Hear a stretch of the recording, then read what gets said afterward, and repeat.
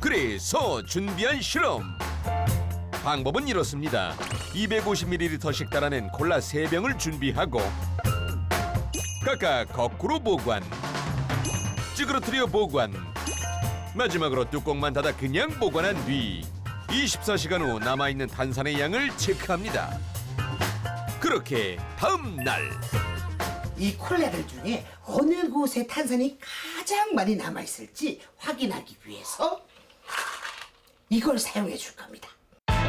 그 정체는 바로 사탕? 이 사탕과 콜라가 만나게 되면 사탕 코팅제에 든 계면활성제와 콜라의 탄산이 만나며 순간적인 폭발을 일으키게 되는데요. 이 사탕을 넣었을 때 솟구치는 콜라의 높이를 측정해서 콜라 안에 남아있는 탄산가스의 양을 측정해 보도록 할게요. 예. 일단 바로 딴 콜라의 높이부터 재볼 텐데요. 자, 넣습니다. 자, 재빨리 사탕 투입!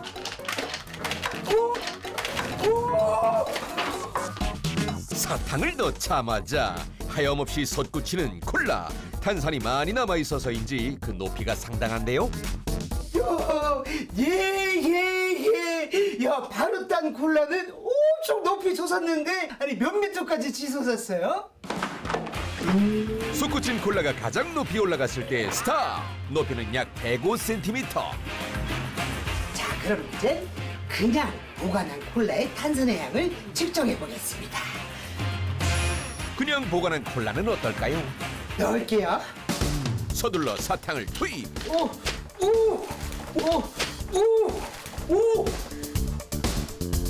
기다렸다는 듯 탄산을 분출하는 콜라병.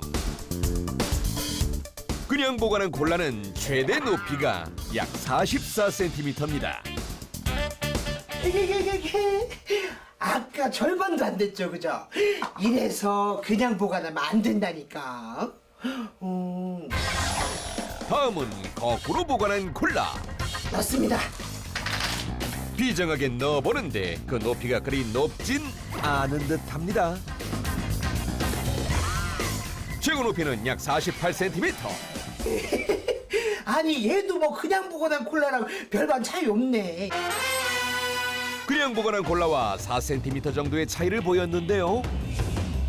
그렇다면 찌그러뜨린 콜라는 어떨까요? 자, 넣습니다. 일단 사탕 투입. 아니 이게 웬일? 방금 딴 콜라처럼 솟구치기 시작. 찌그러뜨린 콜라의 최고 기록은 약 95cm입니다. 방금 딴 콜라의 높이와 비교해보니 그 차이가 겨우 10cm. 측정 결과 찌그러뜨린 방법이 가장 많은 탄산을 지켜줬습니다. 아니 이렇게 찌그러뜨려서 보관하면 왜 탄산이 덜 빠지는 건가요? 탄산음료에는 기본적으로 이산화탄소가 용해되어 있는데요. 이산화탄소와 같은 기체의 용해도는 압력이 높아지게 되면 더 커지게 됩니다. 그래서 페트병을 찌그러뜨리게 되면 페트병에 남아있는 빈 공간의 부피가 줄어들게 되고 내부 기압이 더 상승하기 때문에 이산화탄소의 용해도가 더 커질 수 있습니다. 그래서 탄산이 덜 빠져나갈 수 있는 것입니다. 유레카!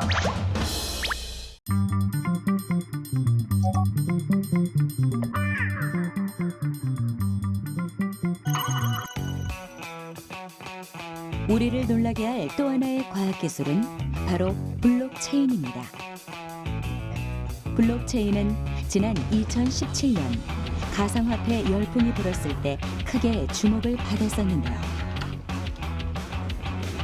비트코인과 같은 가상화폐로 거래할 때 적용되는 기술이 바로 블록체인이기 때문입니다.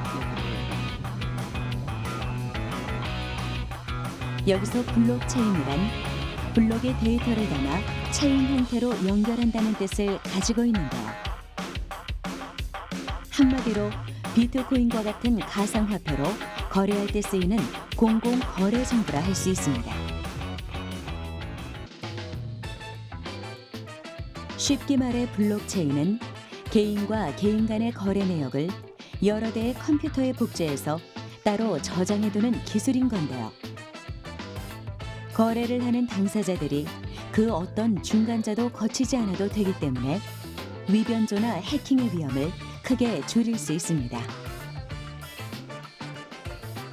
또한 은행 수수료와 같이 거래를 돕는 중간자에게 따로 비용을 지불할 필요가 없고 거래 시간 역시 절약할 수 있다는 장점이 있죠. 하지만 이런 경쟁력에도 불구하고 블록체인 기술은 그동안 저평가 받아왔는데요. 가상화폐의 거품이 꺼지면서 블록체인의 실용성 역시 크지 않을 거라 여겨져 왔기 때문입니다. 비트코인과 같이 금융 중심으로 시작을 했지만 이것들이 이제는 데이터 시장으로 옮겨갈 거거든요. 앞으로는 4차 산업혁명이 뭐 드론도 있고 이 지능형 로봇도 있고 뭐 여러 가지가 있지만 가장 중요한 게 빅데이터 기반으로 한 인공지능이거든요. 그러니까 이제 좋은 데이터를 어떻게 인공지능한테 주느냐가 경쟁력인데 그 좋은 데이터는 민간 정보를 포함하고 있어서 개인정보 보호 같이 활용하기가 되게 어려운 거죠. 그렇다 보면 블록체인을 통해서 내 좋은 정보를 제공해주고 투명하게 그리고 안전하게 관리가 된다면 마음 놓고 활용할 수 있는 시대가 열리는 거죠.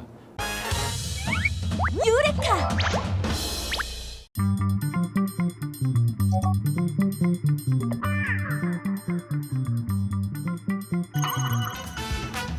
이건 인형 아니에요? 네, 자세히 한번 봐주시겠어요? 자세히 보니 어라 얼굴이 세상에 소녀시대 유라와 똑 닮았어요. 저는 평범한 인형으로 특별한 사람을 만드는 사람입니다. 인형 얼굴에 감정과 생기를 더한다. 인형 리페인터 김태기 씨. 인형 리페인팅이란 인형의 기존 얼굴을 지우고 새로 얼굴을 그리는 작업인데요. 먼저 국내 연예인부터 먼저 소개를 해드릴게요. 세계적인 아이돌 스타로 큰 인기를 끌고 있는 BTS의 지민과 RM부터 천만 관객을 동원한 영화 광해 속 이병헌, 가수 현아까지 헐리우드의 배우인 애니 회서이, 그리고 오드리 헵번, 앤 해서웨이, 비비안 리, 오드리 헵번, 로버트 다우니 주니어까지 완전 똑같아요. 이런 건 어떻게 만드는 거예요? 그럼 제가 지금부터 한번 보여드릴게요. 이쪽으로 오세요. 평범한 인형에서 유명 연예인으로 새롭게 태어나는 인형. 과연 어떻게 만들어지는 건지 궁금하던 찰나. 아니 웬 갑자기 뮤비 감상이에요? 멈춰있는 사진보다는 영상을 보고 인물을 참고하는 게 훨씬 더 생동감 있기 때문에 그리기에 도움이 많이 돼요. 그래서 영상을 꼭 이렇게 찾아봅니다. 지금 만드시는 건 누구예요? 네, 방탄소년단의 BC를 만들어 보려고 해요. 그런데 이미 얼굴이 그려져 있는 인형. 조금 더 BTS의 빛처럼 한번 업그레이드를 시켜보려고 합니다. 작업의 첫 단계는 바로 클렌징. 면봉에 아세톤을 묻혀 인형의 눈, 코, 입 등을 꼼꼼하게 지워줍니다.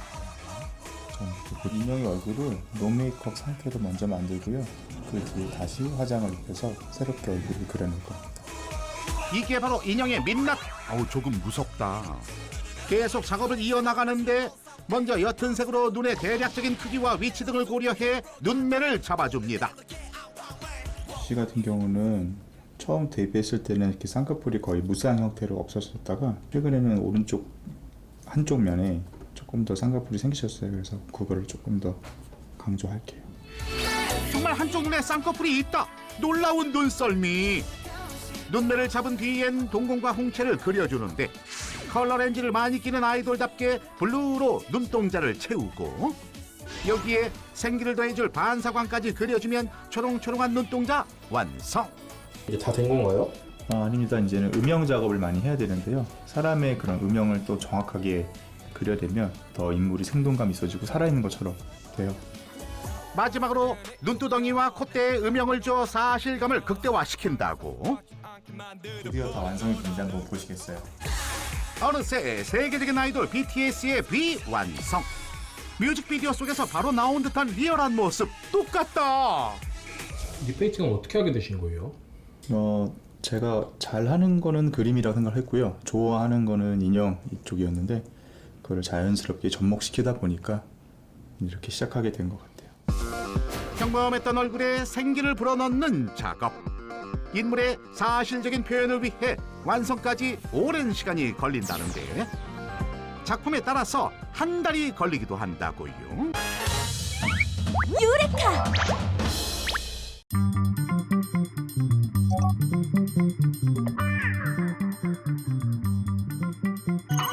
여기에 여기에 두레박을 설치해요. 두레박. 네. 이렇게 푸는 거예요?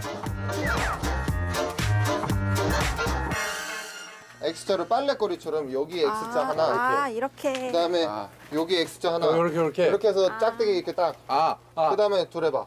돼지 바베큐 할 때 그렇죠. 돼지 걸듯이 네. 이렇게 해놓은 거예요, 이렇게. 아치하고 비슷한 거죠. 그러니까 위에서 힘이 누르면 위에서 하중이 걸리면 얘네들이 아래쪽 지지대 쪽으로 양쪽 두 군데로 힘이 분산되도록 이걸 잘 고정시켜 줘야 될 겁니다. 고정시켜 줘야지만 얘가 벌어지지 않고. 물건 가져야 되죠, 지금. 예, 물건 장비 좀 챙겨 와요. 장비. 뭘또 맞아요? 다 됐다고 그러면.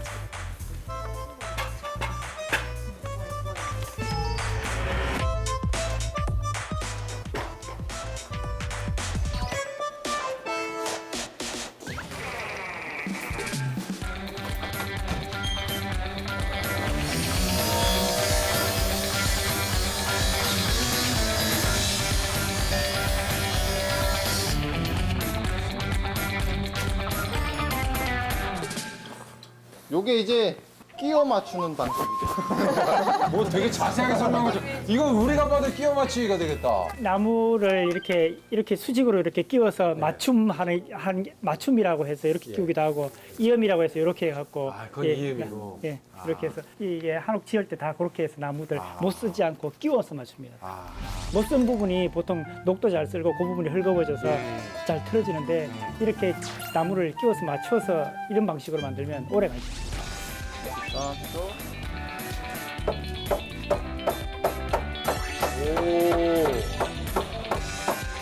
야, 이거 튼튼한데? 오, 좋다. 이렇게 해서 여기 밑에다가 이제 그 앙카 박아가지고 고정시켜 버리면 돼요.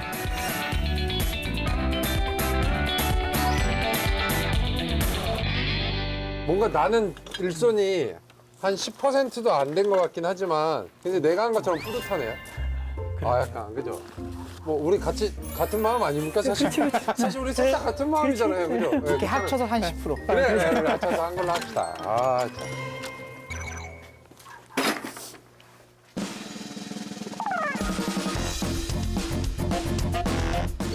매달아 봐야죠. 여기 딱 해서.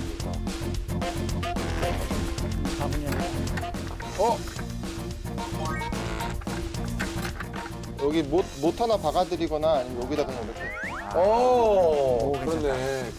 이렇게 놔두시면 안 내려갑니다.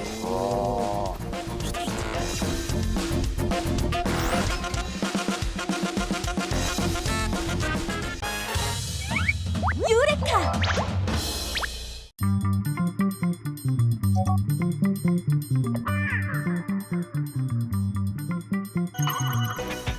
모듈러 공법이란 건물을 구성하는 부재를 미리 생산한 뒤 퍼즐처럼 조립하는 방식. 기술자는 이 모듈러 공법을 우리 전통 한옥에 접목했단다. 이거는 이제 모듈러 한옥에 들어가는 기둥을 가공하고 있는 과정입니다. 첫 번째 작업은 한옥의 뼈대가 될 기둥 제작 과정. 그런데 특이한 점이 있다. 우리가 흔히 알고 있는 매끈한 형태의 기둥과는 뭔가 다른 모습? 이 부분이 벽체가 붙을 부분이에요. 여기 이렇게 홈이 이렇게 따져 있는 거는 나중에 벽체하고 기둥 사이를 통해서 바람이 벽체에 안 들어가게 기획자형태로 나눈 겁니다. 모듈러 공법의 핵심인 조립을 위해 기둥 모서리에 홈을 파낸 것이 특징. 기둥을 완성하고 나면 곧바로 또 다른 부재 가공에 돌입한다. 바로 한옥의 벽을 만드는 것. 이 공정은 벽체 틀하고 벽체 구조목을 만드는 공정입니다. 벽체 중앙에 창문 틀을 붙여준 뒤 보온을 위한 단열 작업이 이어진다. 나무로 제작되는 한옥의 특성을 고려해 화재에 강한 유리 섬유 단열재를 사용한다고. 여기 위에 합판 치고 그리고 문틀들, 문 옆에 인방제들 붙이고 석고보드 치면은 벽체 하나가 완성되는 겁니다. 내부 작업이 끝나면 외부에도 단열재를 채워 이중 보온 효과를 주고 외벽 마감재를 크기에 맞게 가공해 전체적으로 벽체를 덮어 완성! 단열에 취약한 한옥의 단점을 보완할 수 있단다. 기본적으로 벽체의 약 두께가 약 한 23cm 가까이 되고 이 벽체의 가장 큰 특징은 단열 성능을 극대화시킨 겁니다. 쉴 새 없이 이어지는 다음 과정. 여기서도 기술자만의 노하우가 드러난다. 지붕 만들고 있어요. 지붕 중에 석가래 위에 개판이라고 하는 걸 덮고 있거든요. 지금 보고 있는 나무가 석가래고 그다음에 여기 아래에 있는 게 석가래 위를 덮는 개판입니다. 요거는 이제 단골막이라고 하는데 그 석가래와 석가래 사이를 막아주는 역할을 하거든요. 다른 데 같은 경우에는 그 사이에 미장을 하는데 저희 같은 경우에는 이렇게 석가래랑 이 단골막이를 반터기로 해가지고 방풍, 바람에 대한 거, 단열 이런 게 훨씬 효과가 좋아요. 벽체와 마찬가지로 지붕도 이중 단열로 보온성을 높이고 여기에 방수 필름까지 꼼꼼하게 씌워주면 지붕 제작도 어느덧 마무리된다. 저는 기둥부, 벽체, 지붕을 거의 완벽하게 다 만듭니다. 그래서 그걸 가지고 현장에 가서 간단하게 조립해서 한옥을 짓는 그런 과정입니다. 시공이 진행 중인 현장. 공장에서 가져온 부재를 제자리에 끼우는 작업이 한창이다. 기둥자리 맞추고. 이미 정교하게 가공이 끝난 부재들이지만 현장에서는 반드시 숙련자들의 손길이 필요하다. 자칫 조립이 잘못되면 거주자의 안전까지 위험해질 수 있기 때문. 평균 6개월 이상 걸리던 시공 기간을 대폭 단축. 효율적인 시공 방식에 기술자들의 섬세함이 더해진 결과다.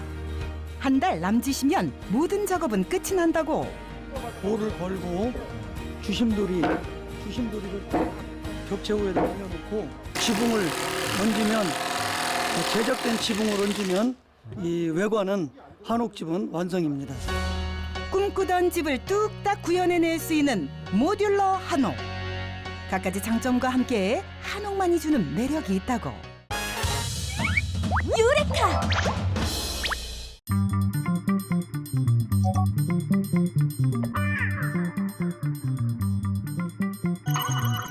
온도계를 통해 온도를 잴 수도 있지만 일상 속에서는 흔히 접하는 체온 수준의 온도는 손을 대는 것만으로도 어느 정도 짐작이 가능한데요. 정말 그럴까요? 온도를 알 수 없는 두 개의 물체가 있을 때 손을 대보는 것만으로도 물체의 차가움과 뜨거움을 구분할 수 있을까요? 자, 여기 책과 알루미늄 상자가 있습니다. 우리는 책과 알루미늄 상자의 온도를 체온만으로 구별해 보도록 하겠습니다. 많은 분이 알루미늄 상자가 더 차가운 것 같다고 이야기했는데요. 그래서 직접 적외선 온도 탐지기로 측정을 해봤습니다.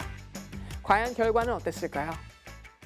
측정한 결과 책과 알루미늄 상자 모두 27도로 거의 차이가 없었습니다. 이렇게 온도는 비슷한데 우리는 왜 알루미늄 상자를 만졌을 때 더 차갑다고 느끼는 걸까요? 그 이유는 바로 사람은 물체 자체의 온도를 느끼는 것이 아니라 같은 시간 동안 얼마나 열을 방출하고 흡수하는지에 대한 비율을 느끼기 때문입니다.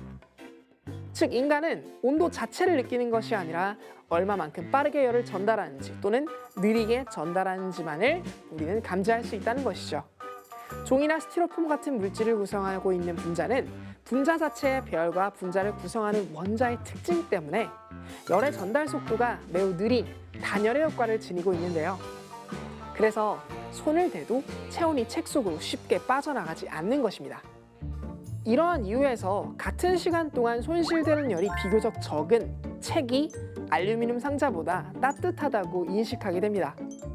반면 알루미늄 상자는 금속으로 이루어져 있어서 원자들 사이를 자유롭게 이동할 수 있는 자유전자가 마음껏 돌아다닐 수 있는데요. 이 자유전자에 의해 접촉된 피부의 체온이 쉽게 금속 안으로 전달되게 되며 같은 시간 동안 손실되는 열이 종이보다 훨씬 많게 됩니다.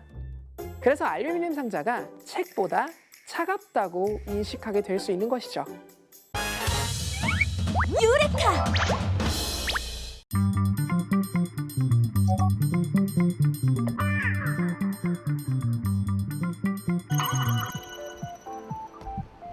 가상현실의 아바타와 사용자가 완벽하게 동기화될 수는 없습니다.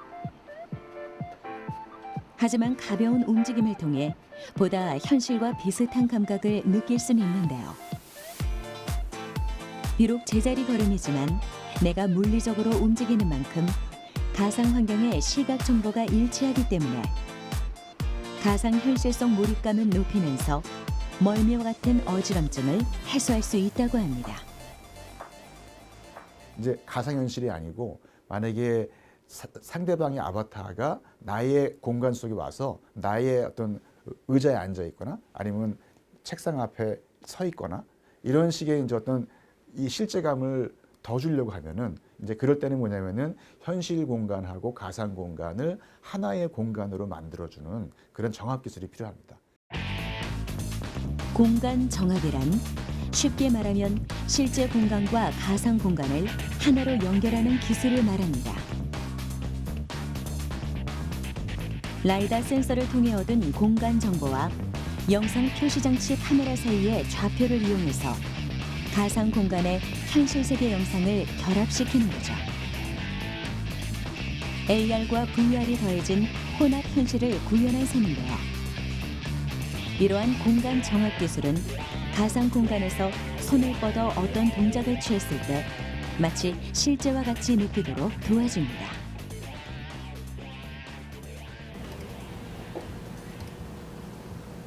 가상현실은 말 그대로 컴퓨터에 의해 만들어진 가상의 공간이기 때문에 현실과 가상을 연결하는 장치의 역할이 매우 중요한데요. 이제까지 컨트롤러가 꼭 필요했던 이유입니다. 그런데 만약 컨트롤러의 도움 없이 나의 동작을 그대로 따라할 수 있다면 어떨까요? 이곳에선 리모션이라는 센서를 활용해 손의 움직임을 인식하는 장치를 개발했는데요. 컨트롤러와 같은 인터페이스 없이도 대상을 조작할 수 있습니다. 연구진의 손동작에 따라 그대로 옮겨지는 화면 속 체스말.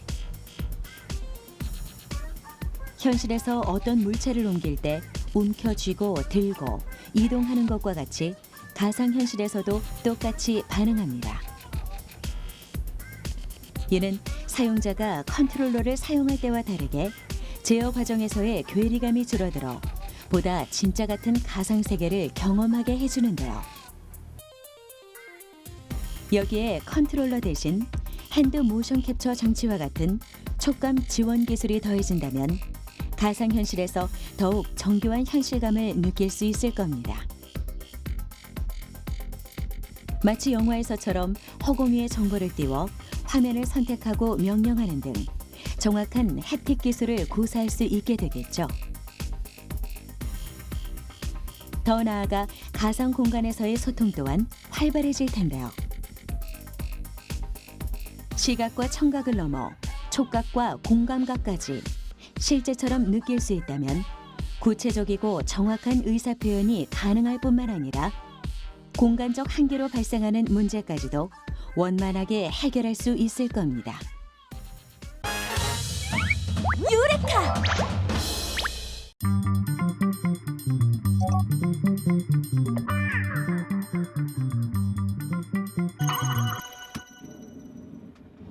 I am a knife maker here in Brooklyn, New York, and I make a very unique style of chef's knives that are repurposed from horseshoe rasps.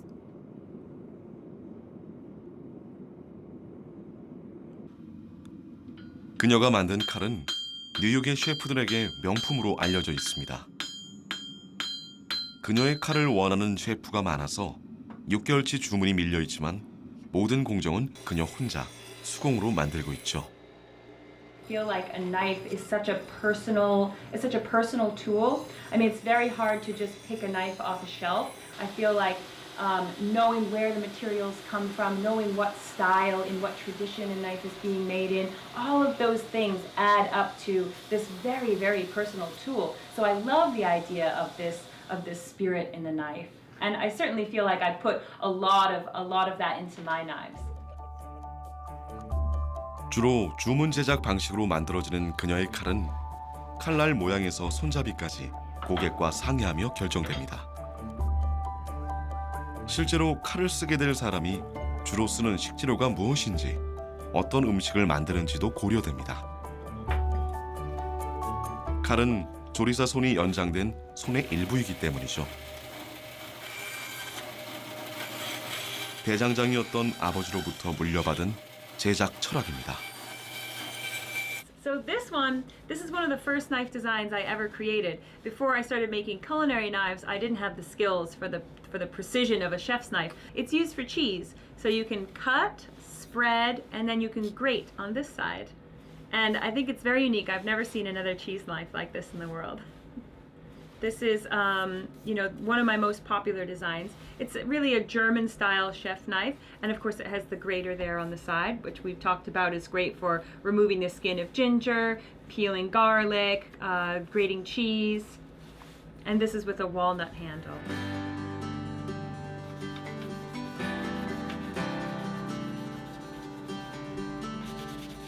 첼시 밀러 씨가 제일 신경 쓰는 부분은 바로 칼 손잡이입니다.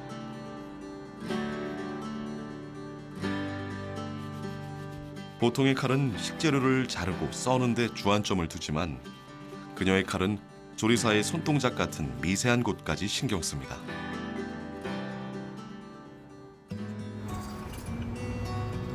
그녀의 칼을 찾는 조리사들이 점점 많아지고 있습니다. 셰프들은 가능한 한 직접 찾아와 상담을 하고 개당 우리 돈으로 40~50만 원에 이르는 칼을 몇 달 기다려야 합니다. 다시 돌아온 장인들은 이렇게 누군가를 기다리게 하고 애태우게 하죠. So this is just a simple example of what I make, and I love to customize for people. Yeah. Especially being a Korean chef, I'm sure there are some things that are specialty that you want, like a certain hand or a certain length, weight. The weight is really good on this. This is beautiful. It's also individual, like some people come in and they say, "Oh, it's so heavy." 자신에게 딱 맞는 뭔가를 찾은 것만큼 기분 좋은 일도 없죠. I like the weight. Uh-huh. Yeah. 세상에 없는 자기만의 것을 찾는 사람들이 많아지는 이유입니다. I know, like as a Korean chef. 첼시의 칼이 인기를 끄는 것도 이 때문이죠.